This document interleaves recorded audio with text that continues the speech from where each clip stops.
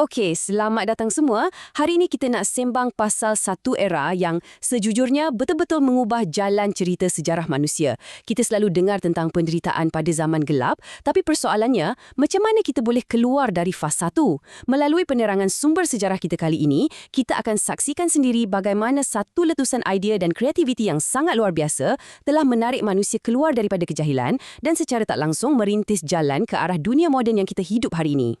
Jadi, apa sebenarnya maksud Renaissance ni? Kalau diterjemah secara literal, ia bermaksud kelahiran semula. Cuba anda bayangkan Eropah yang masa tu tengah lalui satu fasa yang sangat suram dan tiba-tiba, bam, berlakunya satu kebangkitan ilmu, seni dan budaya yang tak masuk akal.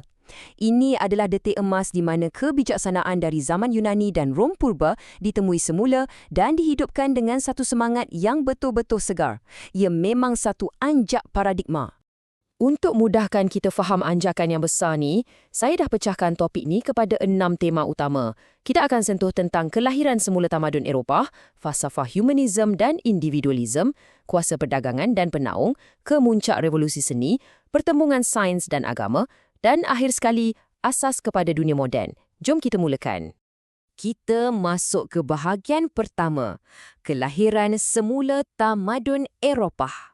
Perkara pertama yang kita kena tahu, ledakan budaya yang luar biasa ni bukan berlaku sekelip mata tau. Proses ni memakan masa lebih kurang 3 abad untuk betul-betul mengubah dunia. Ia mula berputik kat Itali sekitar abad ke-14. Kemudian masuk abad ke-15, ada satu penemuan teknologi baru yang buatkan idea-idea ni tersebar laju macam api. Sehinggalah ke penghujung abad ke-17, gelombang intelektual ni dah pun menakluki seluruh pelosok benua Eropah. Tapi, kenapa mesti Itali? Cuba bayangkan peta sekejap. Kedudukan Itali tu betul-betul kat tengah Laut Mediterranean. Lokasi strategik ni buatkan ia jadi satu persimpangan utama antarabangsa.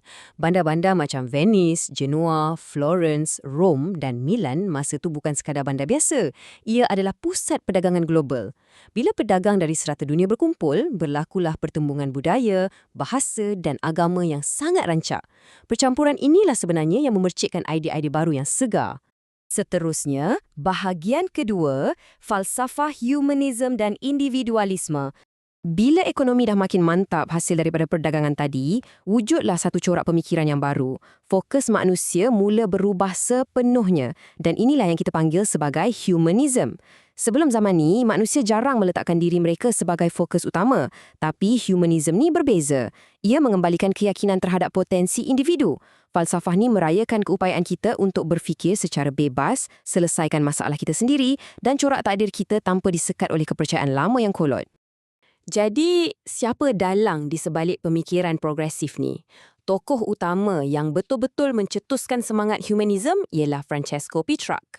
Beliaulah yang kuat menyeru masyarakat masa tu untuk kembali kaji karya-karya klasik. Semangat inquiry atau rasa ingin tahu yang Petrarch bawa ni digabungkan pula dengan pemikir hebat lain macam Machiavelli dan Boccaccio telah berjaya membina satu empire intelektual yang tiada tandingannya pada masa tu. Bergerak ke bahagian ketiga, kuasa perdagangan dan penaung. Okey, sekarang mari kita fikir logik. Dari mana agaknya datang duit nak taja semua pemikir dan pelukis hebat ni? Sebab kita tahu, sains dan seni ni memerlukan kos yang tinggi. Dekat sinilah wujudnya peranan penting golongan yang kita panggil penaung atau patron. Mereka ni sebenarnya adalah pedagang elit dan bangsawan antarabangsa yang sangat kaya. Mereka gunakan duit mereka untuk biaya golongan cendekiawan dan seniman ni. Yang menariknya, pelukis dan ahli fikir ni selalu merantau dari satu bandar ke bandar lain untuk siapkan projek tajaan mereka. Dan benda ni secara tak langsung jadi ejen penyebar ilmu ke seluruh Itali.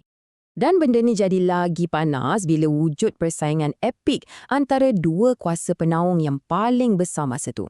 Di satu sisi, kita ada keluarga Medici di Florence. Mereka ni memang kaya raya hasil berdagang dan sangat dominan dalam menaja hasil seni. Di sisi satu lagi pula, kita ada institusi gereja melalui Paus di Rom. Sebenarnya pihak gereja ni mula rasa cemburu bila tengok betapa cantiknya bandar Florence di bawah pengaruh Medici. Jadi, apa mereka buat? Mereka pun mula tabur duit taja seniman semata-mata nak mencantikkan Rom supaya tak kalah dengan Florence. Macam-macam kan?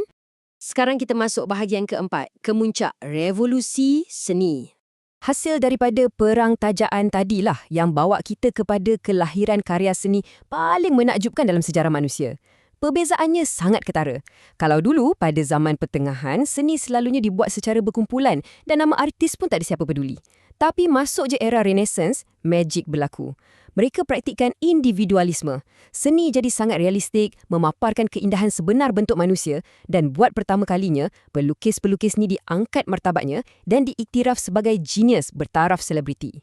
Saya pasti anda biasa dengar nama-nama legend ni. Leonardo da Vinci, Michelangelo dan Raphael. Mereka bertiga inilah antara individu yang dibayar mahal oleh pihak Paus untuk berhijrah ke Rom bagi make up semula katedral di sana. Tapi apa yang diorang buat ni bukan sekadar hiasan tau. Seni mereka adalah satu kaedah saintifik yang serba baru untuk fahami anatomi tubuh manusia dan alam semula jadi dengan lebih mendalam. Da Vinci itu contohnya bukan setakat handal melukis, tapi genius dalam macam-macam bidang ilmu logik yang lain. Seterusnya, bahagian kelima, pertembungan sains dan agama. Satu perkara yang sangat tragis tentang era ni, walaupun pihak gereja sangat memuja seni, mereka sangat was-was dengan satu lagi bidang yang tengah berkembang pesat masa tu. Konflik falsafahnya sangat jelas. Para saintis dan ahli matematik masa ni mula guna kaedah pemerhatian empirikal, logik dan akal fikiran untuk rungkai rahsia alam. Manakala di pihak gereja pula, mereka kekal berpegang kuat pada teks dan penjelasan tradisional. Mereka sebenarnya risau, takut-takut kebangkitan sains ni akan mencabar secara total segala asas ajaran dan otoriti mereka. Nah, di sinilah terletaknya bom jangka yang meletup tu. Berdasarkan catatan sejarah, saintis macam Nicolaus Copernicus dan Galileo Galilei berani tampil dengan teori heliosentrik. Melalui teleskop dan pemerhatian matematik, mereka buktikan bahawa matahari sebenarnya terletak di tengah-tengah alam semesta. Benda ni secara terang-terangan melanggar dogma berabad lamanya oleh pihak gereja yang bermati-matian ajar bahawa bumi adalah pusat segalanya. Dan harganya sangat mahal rakan-rakan. Penemuan Galileo ni dianggap sebagai satu ancaman yang terlalu besar buat gereja. Disebabkan nak pertahankan kebenaran sains, Galileo Galilei telah ditangkap. Anda bayangkan, beliau diugut dan hampir-hampir nak dibakar hidup-hidup. Untuk selamatkan diri, beliau terpaksa tarik balik kenyataannya depan pihak berkuasa, namun akhirnya tetap dijatuhkan hukuman penjara seumur hidup di rumahnya. Ia satu pertembungan idea yang betul-betul menggadaikan nyawa. Akhir sekali, bahagian ke-6, asas kepada dunia moden. Walaupun penindasan agak hebat pada masa tu, idea-idea radikal ni dah tak mampu nak disekat lagi. Dan wira sebenar yang jadi pemangkin kepada ledakan ni adalah teknologi. Bila Johannes Gutenberg berjaya cipta mesin cetak pada abad ke-15, ia adalah satu game changer yang sangat epik. Buku yang asalnya perlu disalin pakai tangan, tiba-tiba boleh dicetak berulang kali. Ilmu menjadi tersangat mudah dan mudah diakses oleh rakyat biasa. Mesin cetak inilah yang ambil idea sains, seni dan humanism dari Itali tadi, lalu meledakkannya merentasi sempadan hingga ke seluruh benua Eropah. Gelombang ilmu yang laju ni melahirkan lebih ramai pemikir genius di negara-negara lain. Dekat England sebagai contoh, kita mula nampak kemunculan tokoh-tokoh hebat macam Thomas More, kita ada Francis Bacon yang sangat gila dengan falsafah sains dan matematik. Tak lupa juga William Shakespeare yang merevolusikan dunia kesusastraan. Pemikiran terbuka dan kritis inilah yang membuka jalan seluas-luasnya kepada pelbagai revolusi lain, sehinggalah mencetuskan revolusi pendustrian. Jadi, kita dah pun sampai ke penghujung cerita. Zaman Renaissance berjaya ubah nasib manusia semata-mata kerana mereka berani mula menyoal, mengkaji dan mencabar status quo. Tapi juga anda luangkan masa sekejap untuk fikirkan, bukankah semangat ingin tahu yang sama, keyakinan untuk terus berinovasi dan keberanian untuk memecah tradisi yang lahir sejak abad ke-14 inilah sebenarnya enjin utama yang sedang menggerakkan revolusi AI, perubatan dan sains kita hari ini. Teruslah bertanya, kekal dengan sifat ingin tahu dan terima kasih banyak sebab sudi ikut saya selami kisah sejarah yang cukup memujakan ni.